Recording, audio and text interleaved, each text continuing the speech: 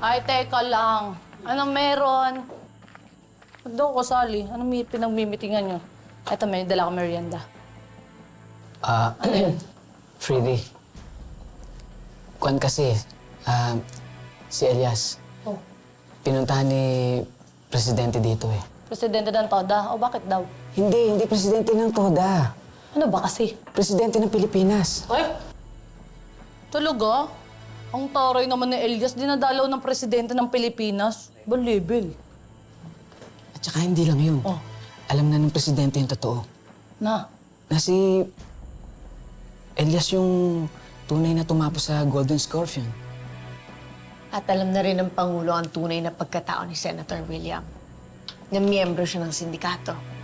Gusto niyang tumakbo bilang Pangulo, tapos magbuo ng isa pang bago niyang sindikato. Grabe, napakasama naman yung hayop na senator na William na yan.